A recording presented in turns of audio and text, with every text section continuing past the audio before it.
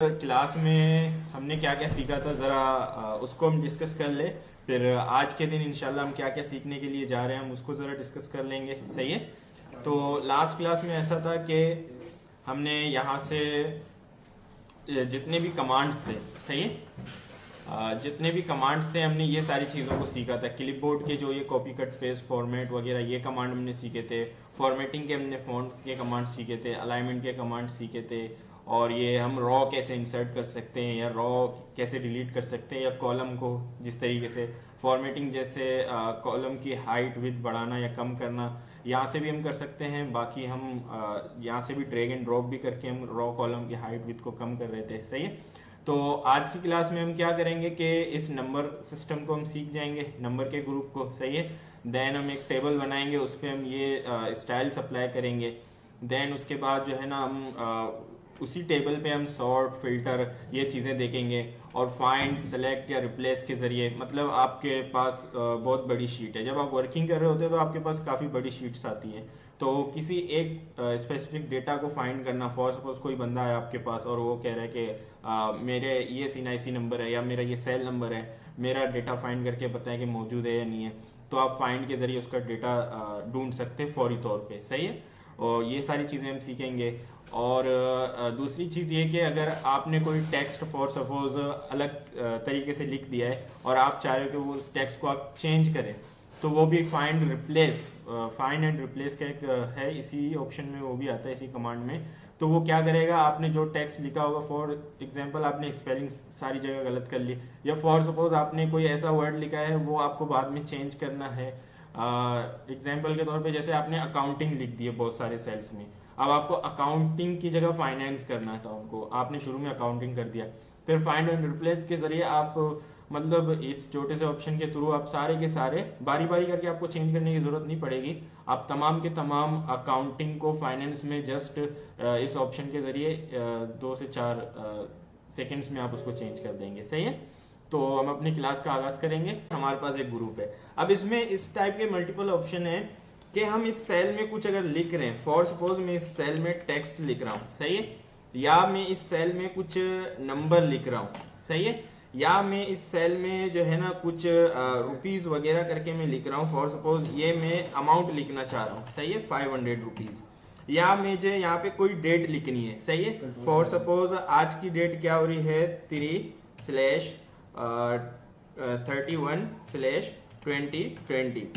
अब मैं इस पे जैसे क्लिक करूंगा ये जर्नल है, इस पे क्लिक करूंगा ये भी जर्नल है, इस पे क्लिक करूंगा ये भी जर्नल है, इस पे क्लिक करूंगा, ये एक्सेल ने खुद से पिक कर लिया क्योंकि मैंने same as it is format में लिखा है। तो ये एक्सेल ने पिक कर लिया और यहाँ पे हमें क्या बता रहा है, ये डेट है। सही है। इस सेल पे क्या अप्लाई हो चुका है, डेट की फॉर्मेटिंग अप्लाई हो चुकी है। सही है। अभी तक इस सेल में इसने कुछ अप्लाई नहीं किया और इस सेल में भी इसने कुछ अप्लाई नहीं किया, और ये सेल भी इसने इन तीनों के तीनों सेल्स को क्या रखा हुआ है, जर्नल रखा हुआ है। अब बाद औकात हमें क्या करना होता है, अपने रुपीज को अपने रुपीज की तरह शो करना होता है, सही है, और अपने नंबर को अपने नंबर की तरह शो करना होता है। इस वक्त ये जर्नल है, कैलकुलेशन जर्नल पे भी हो जाती है, लेकिन बाद औकात हमें उसको कुछ कैलकुलेशन होती है, हमें उसको नंबर में कन्वर्ट करना लाजमी होता है। फिर हम उसके जो है ना फॉर्मेट को यहाँ से जर्नल से चेंज करके हम उसको नंबर बना लेते हैं। जैसे हम उसको नंबर बनाते हैं तो हमारे पास पॉइंट के बाद 2 जीरो मतलब डेसिमल, 2 डेसिमल ये क्रिएट कर देता है। अगर आपको डेसिमल कम करने बढ़ाने, आप यहाँ से भी सिंपल कर सकते हो। अब ये 2 डेसिमल जैसे मुझे कम करने, मैं मैग्नीफायर ऑन करता हूँ, 1 मिनट, कहाँ चला गया, ये आ गया, सही है। अच्छा, यहाँ पे आपको ये दिख रहे हैं, सही है, 2 ऑप्शंस। अब जैसे मैंने ये सेल सेलेक्ट किया हुआ है और मैं इसके डेसिमल्स खत्म करना चाह रहा हूं, तो मैं ये डेसिमल्स यहां से कम कर सकता हूं। जैसे आप देख सकते हैं, जैसे मैं इसके ऊपर एरो ला रहा हूं तो ये क्या कह रहा है कि डिक्रीज डेसिमल। तो मैंने 2 बार क्लिक किया तो 2 डेसिमल यहां से अब खत्म हो चुके हैं। अगर मैं इंक्रीज करना चाहूं तो ये मेरे पास क्या है कि इंक्रीज डेसिमल। अब मैंने यहाँ पे 3 मरतबा क्लिक किया तो इसने यहाँ पे मुझे क्या शो कर दिया, 3 टाइम्स डेसिमल्स ने मुझे शो कर दिया। सही है। इसी तरीके से आप यहाँ से डेसिमल वगैरह ये सारी चीजें खत्म कर सकते हैं। अब जैसे ये मैंने लिखा हुआ है 500, मैं इसको फिलहाल कर देता हूं 5 लाख, सही है। लेकिन अभी तक इसकी जो फॉर्मेटिंग है वो क्या है, इस वक्त ये क्या है, हमारे पास जर्नल है। अब जैसे ये नौरोज खान भी जर्नल है, मुझे यहाँ पे सिर्फ टेक्स्ट चाहिए, तो मैं यहाँ पे आया, मेरे पास ये टेक्स्ट आ रहा है, तो मैंने इसकी फॉर्मेटिंग को किस में कन्वर्ट कर चुका हूँ, इस वक्त इसको मैं इस वक्त टेक्स्ट में कन्वर्ट कर चुका हूँ, ताकि एक्सेल समझे ये एक टेक्स्ट है, ये कोई नंबर या कोई डेट, बाकी कोई चीज नहीं है। जैसे मैं ऊपर आऊंगा, ये देखिए इसकी फॉर्मेटिंग किस में चेंज हो चुकी है, टेक्स्ट में चेंज हो चुकी है। सही है। अब जैसे मैं यहाँ पे था, अब मुझे क्या करना है, इसको रुपीज में कन्वर्ट करना है। सही है। मैंने इसको क्लिक किया, मैं यहाँ आया, करेंसी हम जिसे कहते हैं। सही है। जैसे मैं इसको करेंसी पे क्लिक करूंगा तो ये क्या हो जाएगा, अब ये करेंसी में कन्वर्ट हो चुका है। अब कोई भी बंदा जैसे ही देखेगा तो उसको पता चलेगा हाँ यार इसने कोई करेंसी लिखा हुआ है, ये इसने कोई नंबर लिखा हुआ है। सही है। देखने से ही पता चल रहा है। अब फॉर सपोज डेसिमल मुझे हटाने या रखने, जितने जो आपकी रिक्वायरमेंट्स होगी आप उसी हिसाब से डेसिमल रिमूव भी कर सकते हो और ज्यादा से ज्यादा उनको कर भी सकते हो। सही है। अब यहाँ पे आप देख सकते हैं इसने कॉमा भी दे दिए, लेकिन यहाँ पे इस वक्त हमारे पास कॉमा वगैरह कोई चीज मौजूद नहीं है। सही है। तो किस तरीके से हम करेंसी अप्लाई कर सकते हैं, किस तरीके से हम किसी को नंबर बना सकते हैं। सही है। अच्छा, हमें लॉन्ग डेट, शॉर्ट डेट चाहिए। अब फॉर सपोज मैंने यहाँ पे क्लिक किया, ये मेरे पास क्या है इस वक्त, डेट है। सही है। अब मुझे इसकी फॉर्मेटिंग को लॉन्ग डेट में कन्वर्ट करना है। जैसे ही मैं इस पे क्लिक करूंगा इसको और इंक्रीज करना पड़ेगा। इसको बता दो ना ये हैशेस क्यों आते हैं। हाँ, ये जो ऐश के सिंबल आ जाते हैं इससे आप लोगों ने परेशान नहीं होना है। बाद औकात ऐसा होता है कि जो सेल में जो टेक्स्ट या कोई भी नंबर या कोई भी चीज हमने लिखा हुआ हो और उसकी लेंथ जो है ना सेल की लेंथ से ज्यादा है, तो वो उसको क्या कर देती है, ऐश बना देती है। अभी देखिए दोबारा मैं इसकी साइज को डिक्रीज कर देता हूं तो ये देखिए इसने ऐश के सिंबल्स बना दिए। इसका मतलब कि इसका जो साइज है वो ज्यादा है। आपको अगर टेक्स्ट देखना है, आप इसकी इंक्रीज कर दोगे इसकी साइज को, तो आप देख सकते हैं कि अब ये पूरा का पूरा टेक्स्ट अब आपके सामने आ चुका है। ये हमारे पास लॉन्ग डेट का फॉर्मेट है। अब मैं इसको दोबारा शॉर्ट कर देता हूं तो ये इसी तरीके से दोबारा हमारे पास आ गई। यहां से आप मजीद भी इन ऑप्शन पे भी जा सकते हो, मजीद इनमें कुछ अपडेशन कर सकते हो। ये सारी चीजें भी आप यहाँ से कर सकते हो। जैसे सर रिजवान ने आपको बताया कि करेंसी में जाके अगर आपको पाकिस्तान की करेंसी बनानी है, सही है, फिर आप यहाँ पे आके अपनी कंट्री का नाम, जैसे फॉर सपोज PKR हमारे पाकिस्तान का है, जैसे मैंने PKR लिखा तो यहाँ पे PKR आ चुका है। मैंने इस पे क्लिक किया, ओके किया, तो इसने क्या कर दी, इसको इस वक्त पाकिस्तानी करेंसी में कन्वर्ट कर चुका है। सही है। इसी तरीके से आप किसी भी कंट्री की करेंसी में अपने सेल के फॉर्मेट को चेंज कर सकते हैं। सही है। तो हमने डेट वगैरह ये सारी चीजें देख ली। अब ये आता है परसेंटेज पे। अब फॉर सपोज परसेंटेज, अब इस 10 पे अगर मैं परसेंटेज अप्लाई कर दूं तो ये इसको क्या करती है, परसेंटेज हम यहाँ से डायरेक्ट अप्लाई कर सकते हैं, करेंसी भी हम यहाँ से डायरेक्ट अप्लाई कर सकते हैं। और comma separated, for suppose 5 lakh है, बाद औकात ये होता है कि कॉमा से हमें जल्दी पता चल जाता है कि ये 5 लाख है, 50 लाख है। मैथमेटिक आप लोगों ने पढ़ी होगी, तो अगर मैं इस तरीके से लिखूं तो इसको पढ़ने में थोड़ी सी मुश्किल हमें पेश आती है। सही है। अगर मैं इसको कॉमा लगा दूं तो फौरी तौर पे मुझे यहाँ पे पता चल रहा है कि ये कितने हैं, 50 लाख हैं, 50 लाख हैं। सही है। कॉमा हमें विजुअलाइजेशन इजी कर देती है, देखते ही हमें समझ आ जाती है, जीरो को गिनने की जरूरत हमें नहीं पड़ती। सही है। तो ये हमारे पास थे कॉमा, ये हमारे पास करेंसी का ऑप्शन है, ये हमारे पास परसेंटेज का ऑप्शन है। अब हम परसेंटेज के ऑप्शन पे आते हैं। जैसे मैंने इस पे क्लिक किया, परसेंटेज आप लोगों को पता होगा, मैथमेटिकल हम पढ़ते हैं। फॉर सपोज परसेंटेज की ज्यादातर यूजेज ये होता है कि इतने % टैक्स इस पे कटेगा या कितने % इसके आ गए। सही है। मार्कशीट में जो फाइनल ग्रेड बनता है वो भी % पे हम शो कर रहे होते हैं। तो फॉर सपोज किसी बच्चे की 90% है तो हम क्या करेंगे, अभी यहाँ पे 20 तक परसेंटेज में हमेशा 2 जीरो बढ़ के आते हैं। सही है। अगर किसी की 90% है तो हम क्या करेंगे, सही है, या 87% है, फिर हम क्या करेंगे, वो हम फॉर्मूला लगा के हम अप्लाई कर सकते हैं। मैंने यहाँ पे 9 लिखा, ये हमारे पास क्या हो जाएगी, 900 हो जाएगी। सही है। परसेंटेज जैसे मैं इस पे अप्लाई कर दूंगा ये 900 हो गई हमारे पास। तो अगर किसी की 90 तो हमेशा परसेंटेज हम कैसे लिखते हैं, 0 पॉइंट, सही, यहाँ पे मैंने ऑलरेडी परसेंटेज अप्लाई किया होता है, यहाँ पे हम चेक करते हैं। सही है। 0.97। अब फॉर सपोज किसी बच्चे की 97% आ चुकी है तो हम इसको हमेशा लिखेंगे 0.97, और जैसे हम अप्लाई करेंगे तो ये हमारे पास 97% आ चुकी है, क्योंकि 2 डेसिमल हमेशा परसेंटेज में हमारे पास कम होते हैं। परसेंटेज का फॉर्मूला आप लोगों को पता होगा कि डिवाइडेड बाय 100। सही है। इस तरीके से हम परसेंटेज को काउंट कर सकते हैं। अगर जीरो नहीं लगाना तो आप क्या अगर आपने जीरो नहीं लगाना तो जस्ट आप पहले इसका फॉर्मेट चेंज कर दो, जस्ट आप सेल का शुरू में जैसे मैंने यहाँ पे किया था। सही है। अब जैसे आपने यहाँ पे परसेंटेज ही लिखने हैं, इन 4 के 5 कॉलम्स में आपने स्टूडेंट्स की क्या लिखने, परसेंटेज ही लिखने हैं और आपको जीरो करके पॉइंट करके समझ नहीं आ रहा मैं कैसे लिखूं, फिर परेशान होने की इसमें भी कोई जरूरत नहीं है। आप जस्ट पहले ही इन सेल्स को सेलेक्ट करेंगे और यहाँ पे पहले से ही परसेंटेज की फॉर्मेटिंग को अप्लाई कर देंगे। अब आप यहाँ पे चाहे किसी बच्चे की 40% आई है, आपने ये लिख दिया डायरेक्ट 40% आ गई, किसी की 60% आई है, आपने डायरेक्ट 60 लिख दिया और ये परसेंटेज आ गई।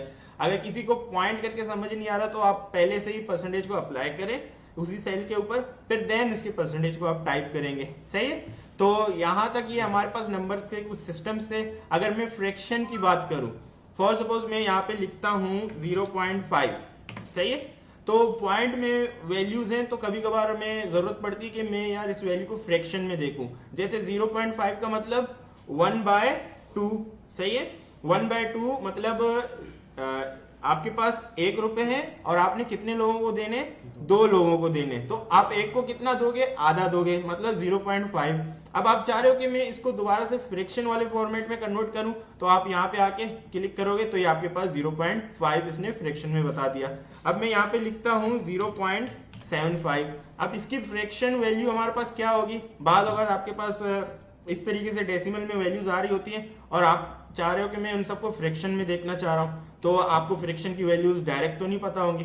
तो अगर आपने एक्सेल यूज करे तो बहुत ही सिंपल है, आपने सारे डेसिमल वाले वैल्यूज सेल्स को सेलेक्ट किया, आप सिंपल यहाँ पे आए, आपने फ्रैक्शन अप्लाई कर दिया, ये ऑटोमेटिकली उनको कन्वर्ट कर देगी। अब देखिए 0.75 था, अब इसी तरीके से 3 रुपए थे और आपको ये 4 लोगों में तकसीम करना था, तो आपने क्या कर दिया 0.75 रुपीज या पैसा, मतलब पैसा हो गया, ये पॉइंट में चली गई वैल्यू, तो आपने एक को 0.75 पैसे दे दिए। इस तरीके से आपने 3 रुपए 4 लोगों में तकसीम कर दिए। तो ये था हमारे पास फ्रैक्शन का। साइंटिफिक भी आप यहाँ पे लिख सकते हो, बाद आपने देखे होंगे केमिस्ट्री फिजिक्स वगैरह के, आपने इक्वेशन सॉल्व किए होंगे कि यहाँ से चांद सूरज कितनी दूरी पे है हमारे पास, तो अगर हम उस वैल्यू को लिखने बैठ जाए, या हमारे पास इलेक्ट्रॉन की साइज कितनी है, तो वो -27 करके इतनी लंबी वैल्यू अगर हम लिखना चाहे तो हम कॉपी में भी नहीं लिखते अक्सर, तो यहाँ पे भी हमें वो लिखने की जरूरत नहीं होती, क्योंकि हमारे पास यहाँ पे भी एक्सपोनेंट का ऑप्शन है। तो एक्सपोनेंट क्या करता है, अगर उसके आगे भी जितने जीरो है मल्टीप्लाई बाय ई की पावर हम दे देते हैं कि आगे इसके इतने जीरो है।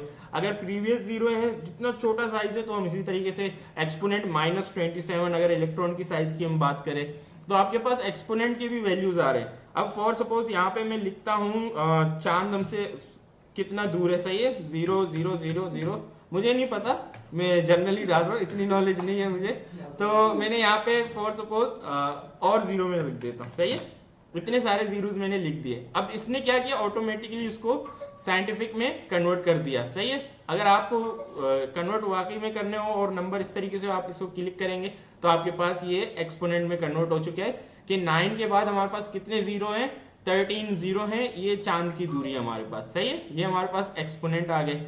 और ये बेसिक हमारे पास टेक्स्ट ही है, जैसे ये मेरे पास एक सेल है, इसको मैं टेक्स्ट में कन्वर्ट करना चाह रहा हूँ, तो मैंने टेक्स्ट में इसको कन्वर्ट कर दिया जी। आप एक्सेल में कुछ अल्फाबेट टाइप करते हैं तो वो आपके किस साइड पे शो होता है, लेफ्ट साइड पे या राइट साइड पे?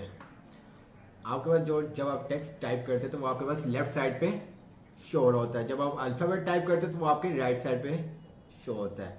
इस तरह से हमने ये नंबर का फॉर्मेट देख रहे थे। इसके अंदर जैसे ही मैं लॉन्चर बॉक्स में जाता हूँ, जो सबसे इसमें इंपॉर्टेंट चीज है वो कस्टम की है, ठीक है। कस्टम में क्या होता है, हम अपनी मर्जी से कोई भी फॉर्मेट या टाइप क्रिएट कर सकते हैं। जैसे कि अक्सर आपने देखा होगा कि फॉर्म आप फिल करते हो, आप नंबर की बात करते हैं, सेल नंबर की बात करते हैं। मेरे पास जैसे कि फॉर एग्जांपल मैं यहाँ पे नंबर लिखना चाहता हूँ, कोई भी, ठीक है, कोई भी नंबर लिखना चाहता हूँ 419264 मैंने एंटर कर दी। अब आपने देखा होगा यहाँ पे एक्सेल जो स्टार्ट में 0 होता है वो उसको स्किप कर देता है। अब इसका फॉर्मेट क्या आ रहा है, बिल्कुल सिंपल आ रहा है। मैं चाहता हूं कि जब मैं नंबर कोई भी टाइप करूं तो वो नंबर क्या हो जाए, इस तरह से मेरे पास शो नंबर, मेरे पास आपके पास बीच में क्या आ जाए, डैश का साइन ऐड हो जाए, आपको खुद से ऐड करने की जरूरत ना पड़े।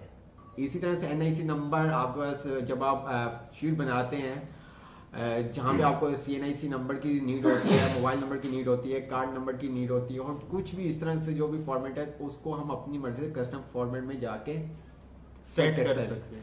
मैं यहाँ पे आता हूँ, जैसे कि मेरे पास ये 2 कॉलम है, मैं एक कॉलम में वैसे ही करता हूँ 0343419268। 0343, फिर मुझे डैश लगाना पड़ेगा 419264 मुझे डैश लगाना ना पड़े, जस्ट मैं नंबर लिखूं, जैसे मैंने ऊपर नंबर लिखा वैसे ही नीचे मेरे पास यहाँ पे शो हो जाए। मैंने क्या किया, इस सेल पे आता हूँ, अभी फिलहाल मैं एक सेल पे आपको करके दिखा रहा हूँ।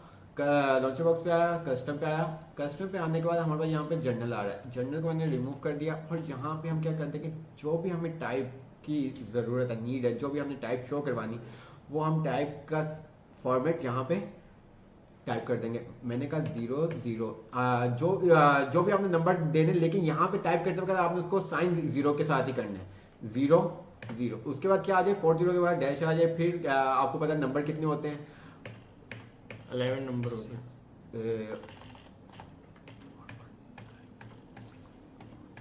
बाकी 7 नंबर होते हैं ना। हमने शुरू वाले, अब मैं जस्ट ओके करता हूँ। मैंने क्या कर दिया, ओके, यहाँ पे मैंने टाइप उसको डिफाइन कर दी, ओके कर दिया। अब मैं यहाँ पे लिखूंगा 0343419264 जैसे हमने एंटर किया तो आप देख सकते हैं हमने डैश कुछ भी नहीं लिखा, बट उसमें हमने कस्टम फॉर्मेटिंग पहले से अप्लाई की हुई थी, तो वो एक्सेल ने उसको क्या कर दिया, ऑटोमेटिकली वो फॉर्मेट उस पर अप्लाई कर दी, हमें डैश लिखने की जरूरत ही नहीं पड़ी। अब मैं ये सेम एग्जांपल अब मैं एनआईसी नंबर पे आप लोगों को बताऊंगा ताकि आप लोगों को मजीद क्लियर हो जाए ये चीज, सही है। मैं यहाँ पे आया, अब एनआईसी नंबर में क्या होता है कि शुरू के 5 डिजिट के बाद हमारे पास डैश आ रहा होता है और लास्ट के डिजिट से पहले भी हमारे पास एक डैश आ रहा होता है। अब आप चाह रहे हो कि आप एनआईसी नंबर डायरेक्ट लिखते जाओ, डैश लिखने की जरूरत ना पड़े, तो आप इस तरीके से, मैं आपको पहले दोबारा ये एग्जांपल करके दिखाऊं। अभी मैं सिंपल लिख रहा हूं, मैंने उसकी फॉर्मेटिंग अभी तक चेंज नहीं की, अभी फिलहाल वो जर्नल पे ही मौजूद है, सही है। मैं अभी यहाँ पे 42501880888023, सही है, 20 मैंने एंटर किया, तो ये इस वक्त हमारे पास एक्सपोनेंट में आ रही है जर्नल पे, तो मैं इसको नंबर पे करके मैं इसके ये 00 हटा देता हूं, सही है। ये हमारे पास इस वक्त क्या है, इसमें ना कोई डैश आ रहा है, ना ही कोई और चीज आ रही है, सही है। अब मैं क्या चाह रहा हूं, मैं जस्ट टाइप करता जाऊं और मेरे पास डैश ऑटोमेटिकली आते जाए। अब मैं एनआईसी नंबर के लिए क्या बनाने जा रहा हूं, कस्टम फॉर्मेट बनाने जा रहा हूं। तो मैं यहाँ आया, मैंने लॉन्चर बॉक्स पे सेलेक्ट किया, सबसे पहले जिस सेल पे अप्लाई करना था उस सेल को हमने सेलेक्ट किया हुआ है, सही है। देन मैंने क्या किया कि मैंने लॉन्चर बॉक्स पे क्लिक किया और यहाँ पे मैं आया कस्टम पे, कस्टम पे मैं आया, अच्छा जर्नल को हमने क्या कर दिया, हटा दिया। अब मुझे क्या चाहिए, एनआईसी नंबर का फॉर्मेट चाहिए, और फॉर्मेटिंग यहाँ पे हम हमेशा किस नंबर से शो करेंगे, 0 से ही शो करेंगे। बाद में हमें अपने सेल्स पे जो भी लिखना है वो हम अपनी मर्जी से लिखेंगे, बट यहाँ पे जब हम उसका फॉर्मेट सेट करने होंगे तो हम डिजिट कौन सा यूज करेंगे, 0 डिजिट यूज करेंगे। तो एनआईसी नंबर में फर्स्ट 5 डिजिट हमारे पास क्या होते हैं, सॉरी फर्स्ट 5 डिजिट के बाद हमारे पास डैश आता है, तो शुरू में हम 5 डिजिट यहाँ पे देंगे, 1 2 3 4 5, सही है। देन हमारे पास डैश आता है, सही है। देन हमारे पास कितने डिजिट्स होते हैं, देन हमारे पास 7 डिजिट्स होते हैं। फ्रैक्शन रिपीट करूं जी, फ्रैक्शन भी हम रिपीट करेंगे, पहले हम इसको कंप्लीट कर लेंगे, सही है। देन हमारे पास कितने डिजिट होंगे, 5 के बाद 7 डिजिट होंगे, फिर डैश होगा, फिर एक डिजिट होगा, सही है। अब हम यहाँ पे दोबारा 7 डिजिट लिखेंगे, 1 2 3 4 5 6 7, सही है। देन हमारे पास लास्ट में एक और डिजिट होता है, तो मैंने एक और डिजिट भी यहाँ पे देके इसको सेट कर लिया, मैंने इसको ओके कर दिया। अब जो है मैं यहाँ पे टाइप करूंगा एनआईसी नंबर 4250177088020, सही है। मैंने जैसे एंटर किया, अब आप देख सकते हैं कि यहाँ पे जो फॉर्मेट कस्टम में मैंने सेट किया था सेम एज इट इज यहाँ पे वो फॉर्मेट आ रही है हमारे पास, सही है। डैश मैंने कुछ भी नहीं लगाया, इसने ऑटोमेटिकली उस पर डैश अप्लाई कर दिया। अच्छा, क्वेश्चन आया है हमारे पास के फ्रैक्शन नंबर को हमें दोबारा से समझाए, सही है। बाद औकात हमारे पास क्या होता है कि डेसिमल्स में नंबर होते हैं, सही। फॉर को 0.5 हो गया, 0.2 हो गया, 0.3 हो गया, इस तरीके से। अब आप चाह रहे हो कि आप इन नंबर्स को फ्रैक्शन में मैं देखना चाह रहा हूं, सही है। तो आपने क्या किया, इन सेल्स को सिलेक्ट किया। फ्रैक्शन नंबर हमारे पास क्या होती है कि हमें 1/2, 1/3, 2/3 इस तरीके से हमें शो कर रही होती है, सही है। अब पॉइंट में वैल्यूज हैं, अब आपको देखिए उस डेटा को किस में देखना चाह रहे हैं आप, उस डेटा को आप फ्रैक्शन में देखना चाह रहे हैं। जस्ट आपने सेल्स को सेलेक्ट कर दिया, आप यहाँ पे आए, आपके पास ये ऑप्शन आ रहा है फ्रैक्शन का, नंबर के ग्रुप में, सही। आपने जैसे फ्रैक्शन पे क्लिक किया तो इसने क्या किया कि ये तीनों के तीनों जो हमारे पास डेसिमल नंबर्स थे इनको इसने किस में कन्वर्ट कर दिया, फ्रैक्शन नंबर में कन्वर्ट कर चुका है, सही है। तो हमारे पास तकरीबन ये नंबर सिस्टम का जो सेक्शन था ये कंप्लीट हो चुका है। नंबर का जो ग्रुप था हमारे पास ये कंप्लीट। मजीद हम एक कंप्लीट टेबल डिजाइन करेंगे और टेबल में जो है ना हम ये कंडीशनल फॉर्मेटिंग देखेंगे, फॉर्मेट एज टेबल हम देखेंगे कि हम किस तरीके से फॉर्मेट कर सकते हैं, सेल्स में किस तरीके से हम जो एक्सेल के बने बनाए स्टाइल्स ऑलरेडी हैं उनको हम किस तरीके से अप्लाई कर सकते हैं। ये इंसर्ट डिलीट और ये हम लास्ट क्लास में देख चुके थे कि कोई अगर रॉ में यहाँ पे इंसर्ट करना हो मजीद तो हम यहाँ पे क्लिक करेंगे, मतलब सी से पहले अगर मुझे चाहिए तो मैं सी को क्लिक करके यहाँ पे इंसर्ट कर दूंगा तो ये रॉ हमारे पास इंसर्ट हो जाएगी। अगर मुझे किसी रॉ को डिलीट करना हो तो मैं इसको क्लिक करके उसको डिलीट भी कर दूंगा। जी हसन जी, तो यहाँ पे हम थे। तो ये चीजें इंसर्ट डिलीट और फॉर्मेट जो है हमारे पास ये किस लिए होता है कि रॉ के साइज को बढ़ाना कम करना, विड्थ के साइज को बढ़ाना कम करना या ऑटो फिट कर देना। तो वो चीजें हमने यहाँ से देख ली थी कि यहाँ से हम ड्रैग करके हम अपने रॉ के साइज को बड़ा, कॉलम के साइज को बड़ा या कम कर सकते हैं। अगर रॉ के साइज को बड़ा करना है या कम करना है हम यहाँ से कर सकते हैं। अगर जो है ना मुझे ऑटो फिट करना हो तो मैं जस्ट क्या करूंगा, यहाँ पे आके डबल क्लिक करूंगा तो ये ऑटो फिट हो जाएगा। इसी तरीके से अगर रॉ को मुझे ऑटो फिट करना है, यहाँ पे आके डबल क्लिक करूंगा तो ये रॉ भी हमारे पास ऑटो फिट हो गई। ये कमांड हमने देख लिए थे। अब एक टेबल बना के फिर उसमें जो है ना हम सॉर्ट एंड फिल्टर भी अप्लाई करेंगे, फाइंड, सेलेक्ट, रिप्लेस, ये सारी चीजें भी हम अप्लाई करेंगे। सही है। अब हम आके एक टेबल बनाएंगे। सही है। तो ये टेबल, इस टेबल पे जो है ना हम अपनी सारी चीजें अब कैलकुलेट करना शुरू कर देंगे। सही है। तो इसको जरा मैं यहां से हटा देता हूं, इस रो को। यहाँ पे मैंने इसको क्लिक किया। अगर भी कोई रॉ में हटाना हो तो जस्ट हम यहाँ पे क्लिक करेंगे तो ये रॉ हमारे पास यहाँ से हट चुका है। सही है। तो हमने यहाँ पे एक टेबल बनाया हुआ है। सही है। और इस पे जो है ना मुझे अब क्या अप्लाई करना है, कंडीशनल फॉर्मेटिंग मुझे इस पे अप्लाई करनी है। सही है। अब कंडीशनल फॉर्मेटिंग में हम आते हैं। मैंने ये सारे के सारे सेल्स को क्या कर दिया, सेलेक्ट कर लिया। सही है। अब मैं कंडीशनल फॉर्मेटिंग में आया, मैंने इस पे क्लिक किया तो यहाँ पे भी हमारे पास बहुत सारे ऑप्शंस हैं कि हाईलाइट सेल, टॉप बॉटम, बार चार्ट्स बनाने हैं, कलर्स करने हैं। अब मैं यहाँ से आप लोगों को चंद ऑप्शंस बताऊंगा, फिर बाकी के जितने भी ऑप्शन है आप बारी बारी करके सबको अप्लाई करते जाओगे। चूंकि यहाँ पे लिखे हुए हैं सारी की सारी चीजें, आप तमाम के तमाम ऑप्शंस को अपने हिसाब से चेक कर लेना। सही। अब जैसे मैंने यहाँ पे सिलेक्ट किया, मैं इसको क्या कह रहा हूँ कि ग्रेटर देन, मतलब कोई भी नंबर अगर यहाँ पे ग्रेटर है, जो हम इसको नंबर अभी बताएंगे ऑप्शन को सिलेक्ट करने के बाद, उनके कलर को ये कर दो। सही है।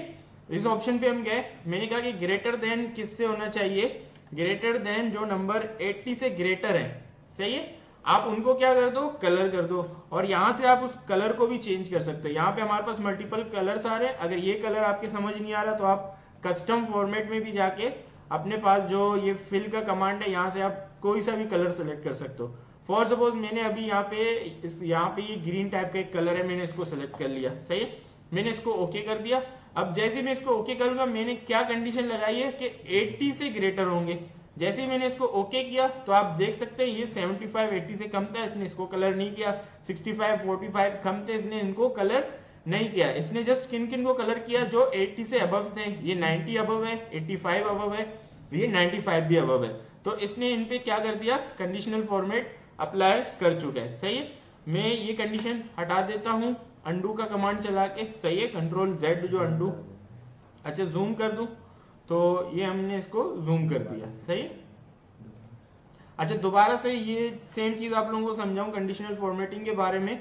तो मैंने इन सेल्स को सेलेक्ट किया और मुझे क्या करना है, इन पे कंडीशनल फॉर्मेटिंग अप्लाई करनी है। तो मैं यहाँ पे आया कंडीशनल फॉर्मेटिंग वाले कमांड के ऊपर। सही है। ग्रुप में जैसे मैं इसको क्लिक करूंगा तो यहाँ पे मेरे पास मल्टीपल ऑप्शंस आ रहे हैं। सही है। अभी मैंने आप लोगों को समझाया ग्रेटर देन वाला। सही है।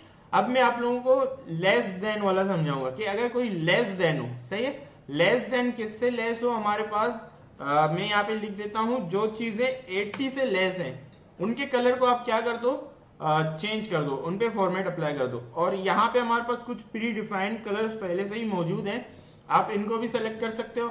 अगर आपको ये कलर समझ नहीं आ रहा, आप कस्टम फॉर्मेट में भी जाके अपनी मर्जी का कोई कलर यहाँ से सेलेक्ट कर सकते हो। सही है। फिलहाल जो कलर ये मुझे यहाँ पे बता रहा है मैं उसी को ही अप्लाई कर दूंगा। मैंने ओके किया तो आप देख सकते हैं यहाँ पे मैंने ये सारे सेल्स सेलेक्ट किए थे और इन पे मैंने कंडीशनल फॉर्मेटिंग अप्लाई कर दी थी।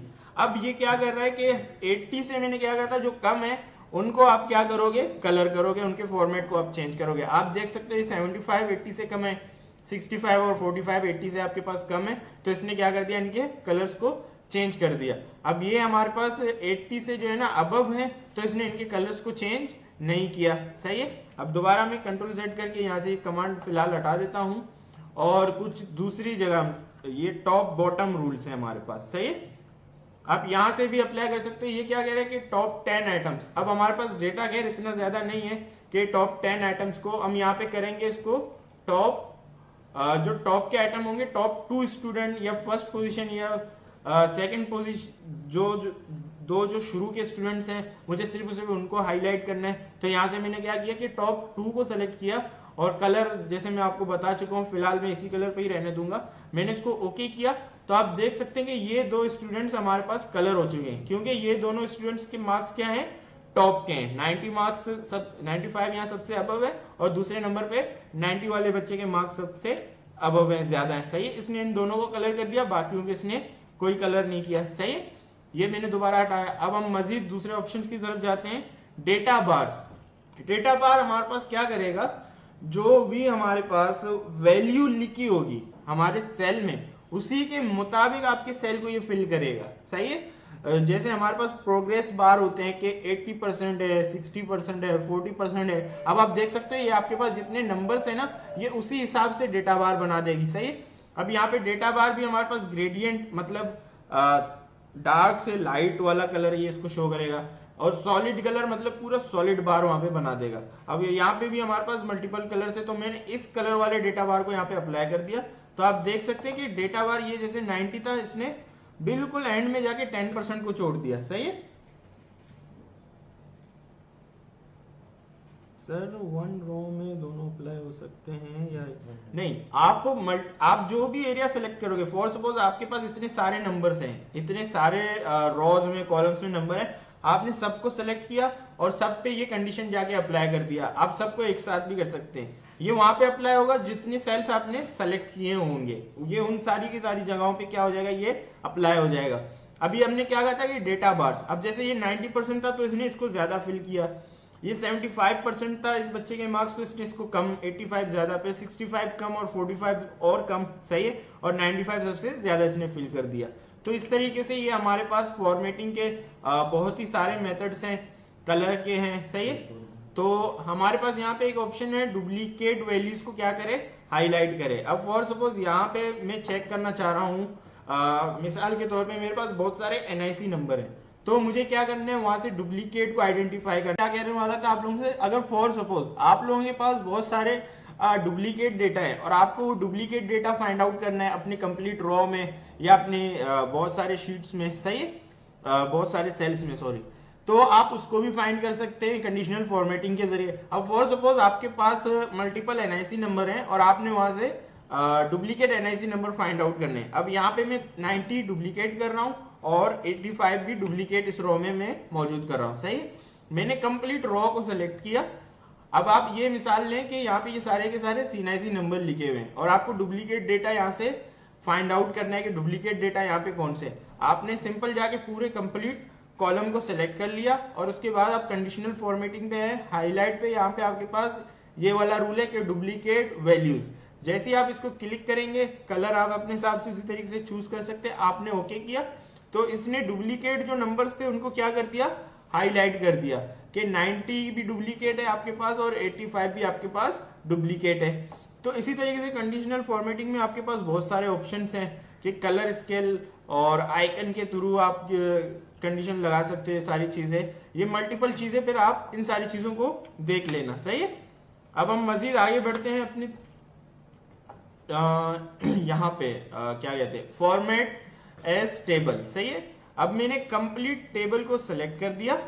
अब मैं यहाँ पे आता हूँ फॉर्मेट एज टेबल, मतलब मुझे पूरे टेबल के फॉर्मेटिंग को चेंज करना है जो एक्सेल के अपने बने बनाए फॉर्मेट ऑलरेडी हैं। लास्ट क्लास में हमने क्या किया था, हमने खुद से फॉर्मेट क्रिएट किए थे। अब आपने क्या किया कि आपने जस्ट डेटा पुट कर दिया और आपने किसी पे भी फॉर्मेटिंग अप्लाई नहीं की। आपने कहा कि यार एक्सेल में ऑलरेडी फॉर्मेट मेरे पास मौजूद है, अब मैं उन्हीं फॉर्मेट्स को अप्लाई करना चाह रहा हूं। तो आपने जस्ट ये टेबल बनाया, उसको सेलेक्ट किया और आपने यहां से किसी भी एक फॉर्मेट को जो आपको पसंद आ रहा हो आपने इसको क्लिक किया, तो आपके पास ये टेबल एरिया सेलेक्टेड है, आपने ओके किया। तो आप देख सकते हैं कि एक्सेल का बने बनाया एक फॉर्मेट इस पे अप्लाई हो चुका है। सही है, ये एक्सेल ऑटोमेटिकली इसके पास बहुत सारे फॉर्मेट्स होते हैं। यहाँ पे आप ये फॉर्मेट्स भी यूज कर सकते हैं, मल्टीपल बने बनाए आप इनको भी डायरेक्टली यूज कर सकते हैं। सही है, अब मैं आता हूं सेल स्टाइल वाले कमांड्स पे। सही है, तो एक्सेल ने बने बनाए कुछ अपने भी सेल्स किए होंगे। फॉर सपोज मुझे यहाँ पे ये हेडिंग में ये सारे के सारे सेल्स अप्लाई करने हैं। एक्सेल के बने बनाए जो हमारे पास फॉर्मेट्स हैं सेल्स के मुताबिक, ये तो पूरे कंप्लीट टेबल के मुताबिक था, ये हमारे पास सेल्स के मुताबिक है। अब मैं चाह रहा हूं ये मेरे पास हेडिंग है तो मैं इनको हेडिंग की तरह कोई फॉर्मेटिंग कर दूं। तो मैंने इसको टाइटल करके सेलेक्ट कर दिया और इसके साइज को भी जरा सा मैं ऑटो फिट कर देता हूं। सही, ये मेरे पास क्या हो गई, सेल स्टाइल से मैंने हेडिंग या कोई भी मैं सेलेक्ट करके उसको मैंने अप्लाई कर दिया। अब मैं चाह रहा हूं सेम फॉर्मेट मेरे नीचे के जो टेबल वाले सेल्स हैं उन पे अप्लाई हो जाए, तो आपके पास ये डिफरेंट स्टाइल्स बने हुए हैं। सही है, अब मैंने ये सिलेक्ट किया, ये सिलेक्ट किया, जो मुझे पसंद है उसी हिसाब से मैंने यहाँ पे एक फॉर्मेट सेलेक्ट किया। अब 40:4 मैंने यहाँ पे क्या कर दिया, Accent 3 को मैंने सेलेक्ट किया, तो यहाँ पे ये मेरे पास ये वाली फॉर्मेटिंग भी यहाँ पे अप्लाई हो चुकी है। सही, फिल्टर और ये फाइंड रिप्लेस वगैरह ये चीजों पे अब हम आ रहे हैं। सही है, अब आप लोगों को फिल्टर अप्लाई करना है। फिल्टर के बेसिकली मीनिंग क्या होते हैं कि आपके पास बहुत ही बड़ी शीट है, उसमें काफी सारा डेटा है। अब आप लोगों को वहां से मेल का डेटा अलग करना है, सिर्फ मेल का डेटा चाहिए, मेल का डेटा आपको फिल्टर करना है। या आपके पास जो एज वाइज होंगे, आप चाह रहे हो कि यार मुझे जो है ना 5 साल वाले बच्चों का जो है ना डेटा चाहिए, या मुझे 10 साल वाले बच्चों का डेटा चाहिए। इसी तरीके से मुख्तलिफ किस्म के फिल्टर्स होते हैं, आप उनको फिल्टर करके अप्लाई कर सकते हैं। सही, अब फॉर सपोज मैं यहाँ पे ये फिल्टर अप्लाई कर देता हूँ। यहाँ पे मैं मेल फीमेल लिख के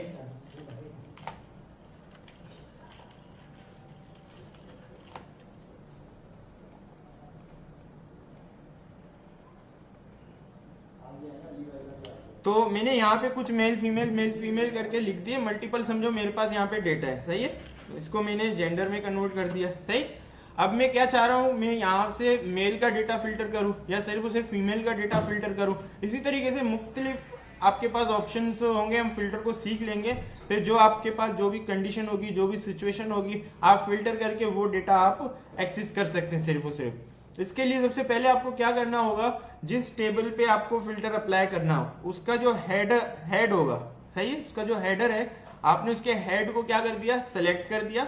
फिर इसके पास आप यहाँ पे ये जो सॉर्ट और फिल्टर का ऑप्शन है, आपने इस पे क्लिक करके ये जो फिल्टर का ऑप्शन है आपने फिल्टर पे क्लिक कर दिया, तो अब आप देख सकते हैं यहाँ पे आपके पास ये फिल्टर शो हो रहे हैं। सही है, अब आप यहाँ से फिल्टर कर सकते हैं। अब फॉर सपोज मुझे यहाँ से सिर्फ और सिर्फ मेल का डेटा चाहिए, तो मैंने यहाँ पे क्लिक किया। अब आपके पास ये देखें, आपके पास ऑप्शन आ रहे हैं कि मेल फीमेल, इस वक्त सब के सब आपके पास डेटा शो हो रहे हैं। अब मैंने कहा मुझे सिर्फ और सिर्फ मेल का डेटा चाहिए, तो मैंने फीमेल को अनचेक कर दिया और मेल पे चेक रहने ही दिया। जैसे मैं इसको ओके करूंगा तो आप देख सकते हैं आपके पास सिर्फ और सिर्फ मेल का डेटा ही आ रहा है। सही है, अब अगर मुझे सिर्फ और सिर्फ फीमेल का डेटा चाहिए तो मैंने फीमेल को चेक किया, मेल को अनचेक किया, इसको ओके किया। अब आप देख सकते हैं आपके पास सिर्फ और सिर्फ फीमेल का ही डेटा यहाँ पे आ रहा है। सही है, अभी फिलहाल मैं इसको सेलेक्ट ऑल करके दोबारा यहाँ से कर देता हूँ। अच्छा, ये फिल्टर के जरिए आप इसको क्या कर सकते हो, सॉर्ट भी कर सकते हो। सही है, अब सॉर्ट A to Z मतलब असेंडिंग ऑर्डर में, Z to A मतलब डिसेंडिंग ऑर्डर में। सही है, सॉर्ट बाय कलर, हमारे पास अगर यहाँ पे हमने कुछ कलर्स किए हो तो वो कलर के जरिए भी हम इसको सॉर्ट कर सकते हैं। मल्टीपल आपके पास ऑप्शन है। अब मैं चाह रहा हूँ कि इसको सॉर्ट में करूँ A to Z। अभी आपके पास A आ रहा है, फिर उसके बाद Z आ रहा है। अब मैं क्या चाह रहा हूँ, A B C D करके ये सॉर्ट हो जाए। सही है, तो इस वक्त ये अनसॉर्टेड डेटा है। अब मुझे इसको अल्फाबेटिकली सॉर्ट करना है, तो जैसे मैं इस पे क्लिक करूंगा सॉर्ट A to Z, अब आप देख सकते हैं कि A के बाद पहले जो Z था वो सबसे नीचे जा चुका है, A के बाद B आया, फिर P, फिर Q, फिर W, फिर Z। अब इसने क्या कर दिया, सॉर्ट कर दिया इनको अल्फाबेटिकली। सही है, और असेंडिंग ऑर्डर में। अगर मैं चाह रहा हूं मैं इसको डिसेंडिंग ऑर्डर में सेट करूं तो मैं सॉर्ट इसको क्या करूंगा, Z to A, तो इसने क्या कर दिया, इनको Z to A करके इसने इसको सॉर्ट कर दिया। सही है।